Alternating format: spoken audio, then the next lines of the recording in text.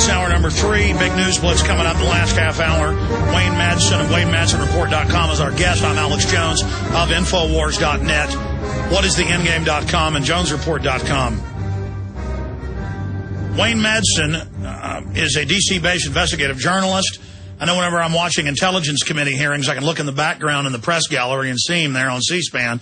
He's an author and syndicated columnist. He's written for The Village Voice, The Progressive, Counterpunch, Online Journal, Corp Watch, Multinational Monitor, News Insider, American Conservative, Atlanta Journal-Constitution, Columbus Dispatch, Sacramento Bee, Houston Chronicle, Herald, Miami Herald. He's the author of the best-selling Personal Data Protection, London Macmillan, an acclaimed reference book on international data protection law, Genocide and Covert Operations, co-author of America's Nightmare. He's a regular contributor on NBC, CBS, PBS, Russia Today, BBC, Al Jazeera, MSNBC.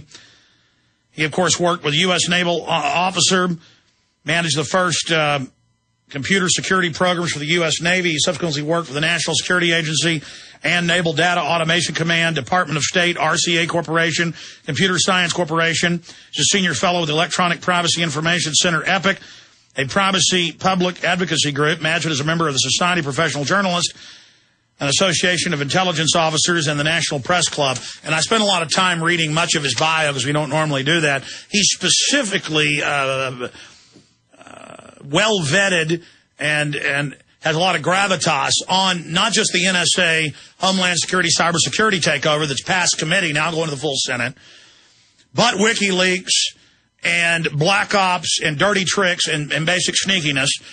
And so we're going to break here in 3 minutes. But, Wayne, we can talk about what these reports look like to you, how they may use it to censor the Internet, what you think of WikiLeaks. You've got the floor. Let's go over it.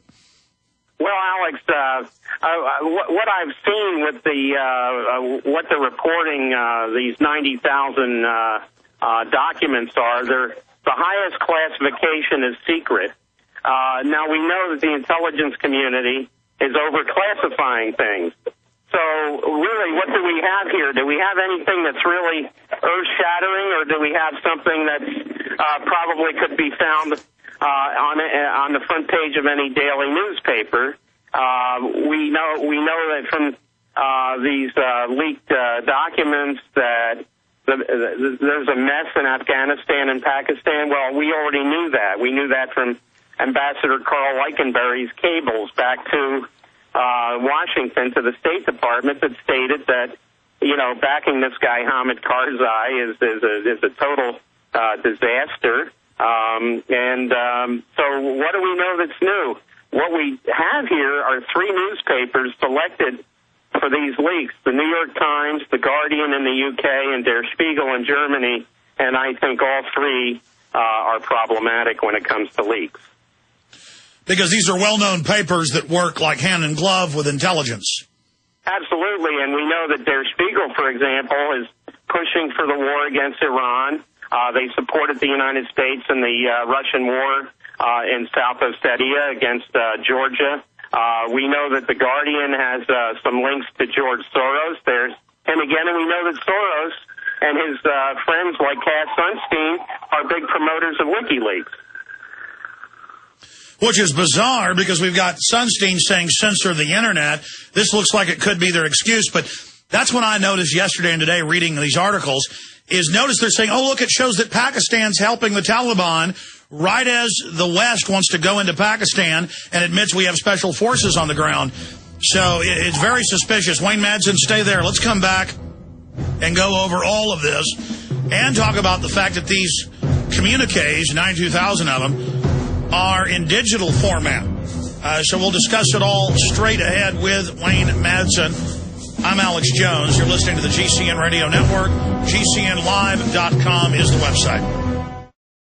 All right. Investigative journalist Wayne Madsen, who's worked with the NSA, written for some of the biggest newspapers in the country, is our guest.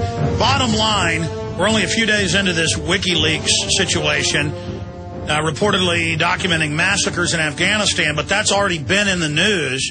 From your well-researched position, what do you, bottom line, think's going on here, Wayne? Well, there's a number of journalists, long-time journalists in Washington, who are very suspicious of the motives behind WikiLeaks and these so-called leaks. It's clear that WikiLeaks has been engaged in a big fundraising operation, and the John S. Knight Foundation actually turned them down for a grant because they just didn't think that they passed the smell test. And as I say, there's many people. First of all, the job of any journalist is to protect their sources. Now, this guy, this Army private who supposedly leaked some of this information to WikiLeaks, he was outed by a guy out of San Francisco who had a relationship with WikiLeaks, who's a former computer hacker. Julian Assange is a former hacker. Now, all this goes back to the 1980s, and the computer hacking on defense computer systems, which I was involved with from the government side, and all of a sudden we have these guys pop up again. They had this group. One of the groups was the Chaos Computer Club out of Hamburg, Germany. They did real damage to national security. So I think it's significant. Today is the anniversary of the 1988 Internet worm launch that was launched on the Internet, brought down a lot of computer systems, defense, government, corporate computers. And the guy who released it, Robert Morris Jr., released that worm from Cornell University. His father was the chief scientist for the National Security Agency. Now, everybody at the time was of the opinion that this is obviously just an experiment by NSA to pulse the net to see how vulnerable it was to this type of malicious software. And that's where that's exactly where I was going. And perhaps WikiLeaks, if this is the case, doesn't know that they're being used. But you notice that right as they're trying to pass cybersecurity, it's passed the Senate committee now to admittedly take over the web, funnel everything through the NSA, to gatekeep and to surveil. Right as this happening, we've seen the last year, Cybersecurity Command that's already been set up and operating, the Air Force has said, we're going to launch attacks on ourselves to test this. And now they're trying to use this as a way to say, oh, we've got to start gatekeeping the web to stop security leaks like this. I mean, I just see the timing of all of this, really doesn't pass the smell test. But I've also seen some good work by WikiLeaks. But at the same time, isn't that what an intelligence group or a private corporate intelligence group would do? Any double or triple agent is going to put out some good information so that the other side, whatever that side is, will then start taking the bait. Right, you've got to establish your bona fide credentials, and that would be all part of that to give people the appearance that you're actually engaged in leaking information. Now, a lot of people are looking at this as the Pentagon Papers redux, but it's tellingly different because the Pentagon Papers, there was no question as to their authenticity when they were released by Dan Ellsberg. But in this case, as you mentioned, these documents are in digital form, and we know that the neocon stock and trade is forgeries and misinformation and disinformation. And I would be very suspicious of anything that comes in over the transom in just digital form. 48 hours into this, you've been analyzing the way the news is covering it, Der Spiegel, The Guardian, and the New York Times, and I see them trying to say, oh, look, Pakistan's working with the Taliban. I mean, out of the gates, I see it being used against Pakistan, and Pakistan is in the news today saying, we find this to be very suspicious. Well, also, I noted in the Guardian article that they went to pains to convince their readers that they paid no money to WikiLeaks for these documents, that WikiLeaks had no editorial control, were not involved with the writing of the story, and that they double-checked a lot of the information with other sources. My God, what are you double-checking? This information, you can double-check any major newspaper or any other news website and find out that the situation in Afghanistan and Pakistan is disastrous. So we're not breaking any new ground here with these so-called revelations. Well, that's like the lithium story. There was a Russian report from 85. There was a 2001 and 2002 U.S. report. They knew that lithium was there.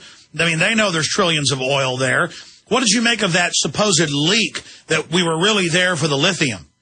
Well, I think there's a lot of people that would then say, oh, well, we have to be in Afghanistan because we need access to these critical national security resources. Yeah, I was very suspicious of that, as I'm suspicious of any time there's a discovery of oil or some other critical natural resource like coltan, which has allowed the U.S. to increase its military presence in Central Africa.